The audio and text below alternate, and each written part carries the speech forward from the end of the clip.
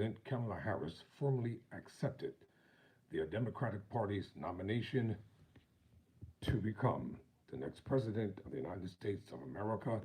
Here's the speech in its entirety. Let's get right down to it. Okay, we gotta get to some business. We gotta get to some business. Okay, thank you all.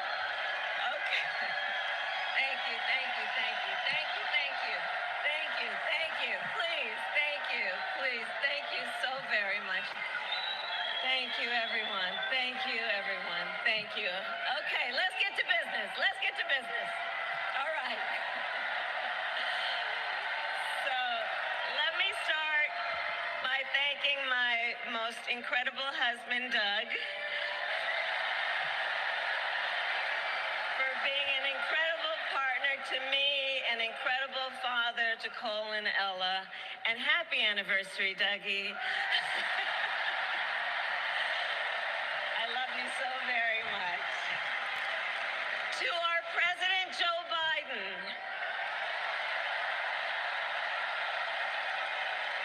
when I think about the path that we have traveled together, Joe, I am filled with gratitude. Your record is extraordinary, as history will show, and your character is inspiring. And Doug and I love you and Jill and are forever thankful to you both.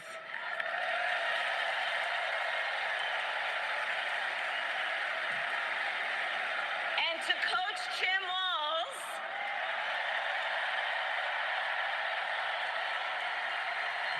you are going to be an incredible vice president. And to the delegates and everyone who has put your faith in our campaign, your support is humbling. So, America, the path that led me here in recent weeks was no doubt unexpected. But I'm no stranger to unlikely journeys. So, my mother, our mother, Kamala Harris, had one of her own. And I miss her every day, and especially right now. And I know she's looking down, smiling. I know that. So my mother was 19 when she crossed the world alone, traveling from India to California with an unshakable dream to be the scientist who would cure breast cancer. When she finished school, she was supposed to return home to a traditional arranged marriage. But as fate would have it, she met my father, Donald Harris, a student from Jamaica. They fell in love and got married, and that act of self-determination made my sister Maya and me.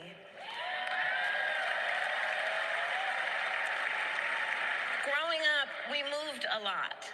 I will always remember that big Mayflower truck packed with all our belongings, ready to go to Illinois, to Wisconsin, and wherever our parents' jobs took us. My early memories of our parents together are very joyful ones. A home filled with laughter and music, Aretha, Coltrane, and Miles. At the park, my mother would say, "Stay close." But my father would say, as he smiled, "Run, Kamala, run. Don't be afraid. Don't let anything stop you."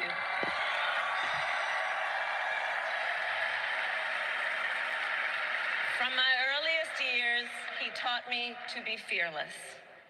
But the harmony between my parents did not last. My face. I want you all to see When I the was video. in elementary school, they split up. And it was mostly my mother who raised us. Before she could finally afford to buy a home, she rented a small apartment in the East Bay. In the Bay, you either live in the hills or the flatlands. We lived in the flats. A beautiful working-class neighborhood of firefighters, nurses, and construction workers, all who tended their lawns pride. My mother, she worked long hours, and like many working parents, she leaned on a trusted circle to help raise us. Mrs. Shelton, who ran the daycare below us and became a second mother. Uncle Sherman, Aunt Mary, Uncle Freddie, Auntie Chris. None of them family by blood, and all of them family by love.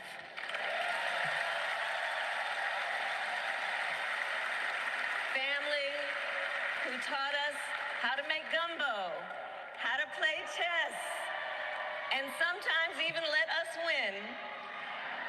Family who loved us, believed in us, and told us we could be anything and do anything. They instilled in us the values they personified: community, faith, and the importance of treating others as you would want to be treated, with kindness, respect, and compassion. My mother was a brilliant, 5-foot-tall, brown woman with an accent. And as the eldest child, I saw how the world would sometimes treat her. But my mother never lost her cool. She was tough, courageous, a trailblazer in the fight for women's health, and she taught Maya and me a lesson that Michelle mentioned the other night. She taught us to never complain about injustice, but do something about it. Do something about it. That was my mother. And she taught us, and she also taught us, and never do anything half-assed. And that is a direct quote. A direct quote. I grew up immersed in the ideals of the civil rights movement.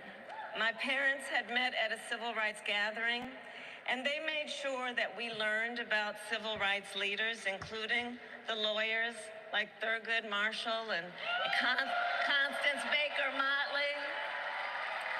Those who battled in the courtroom to make real the promise of America.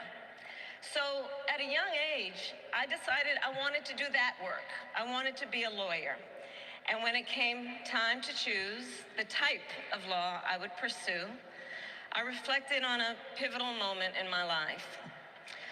You see, when I was in high school, I started to notice something about my best friend, Wanda. She was sad at school, and there were times she didn't want to go home. So one day I asked if everything was all right, and she confided in me that she was being sexually abused by her stepfather. And I immediately told her she had to come stay with us, and she did. This is one of the reasons I became a prosecutor, to protect people like Wanda, because I believe everyone has a right to safety, to dignity, and to justice.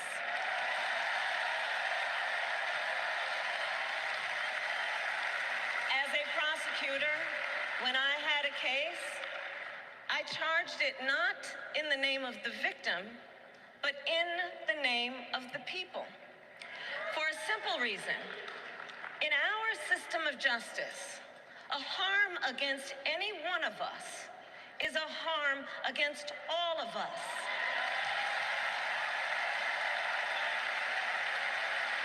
And I would often explain this to console survivors of crime, to remind them no one should be made to fight alone. We are all in this together. And every day, in the courtroom, I stood proudly before a judge, and I said 5 words: Kamala Harris for the people.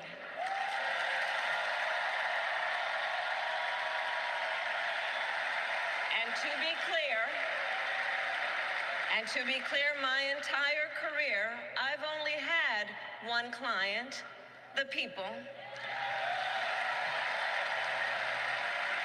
And so, on behalf of the people, on behalf of every American, regardless of party, race, gender, or the language your grandmother speaks, on behalf of my mother and everyone who has ever set out on their own unlikely journey, on behalf of Americans like the people I grew up with, people who work hard, chase their dreams, and look out for one another, on behalf of everyone whose story could only be written in the greatest nation on earth, I accept your nomination to be President of the United States of America.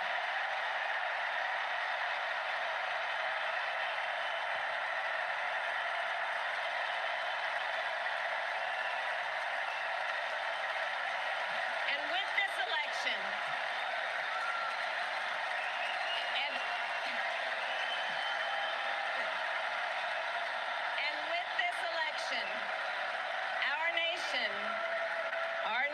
with this election has a precious, fleeting opportunity to move past the bitterness, cynicism, and divisive battles of the past, a chance to chart a new way forward.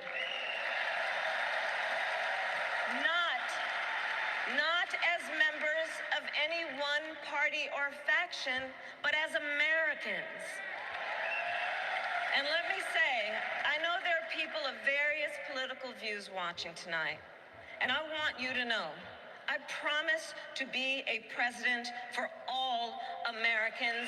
You can always trust me to put country above party and self, to hold sacred America's fundamental principles, from the rule of law to free and fair elections to the peaceful transfer of power.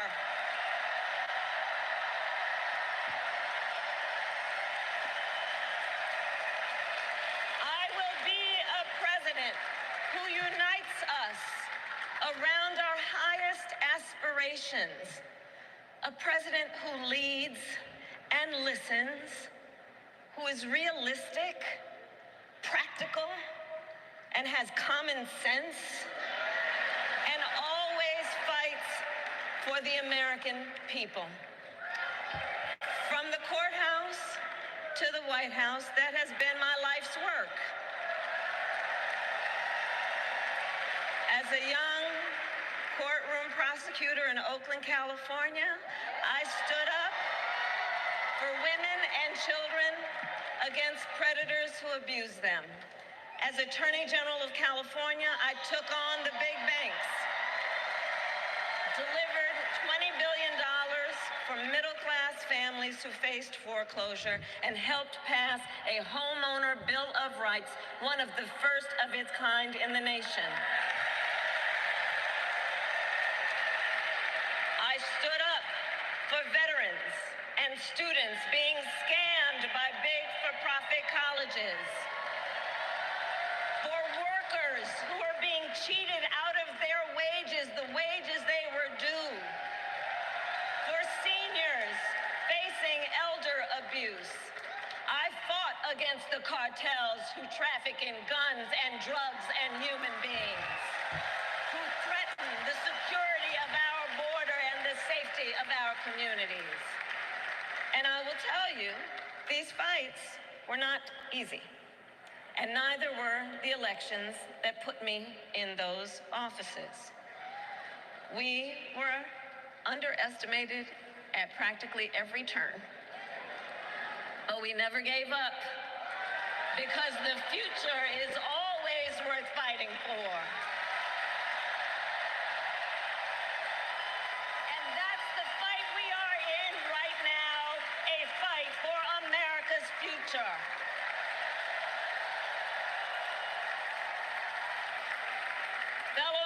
Americans, this election is not only the most important of our lives, it is one of the most important in the life of our nation.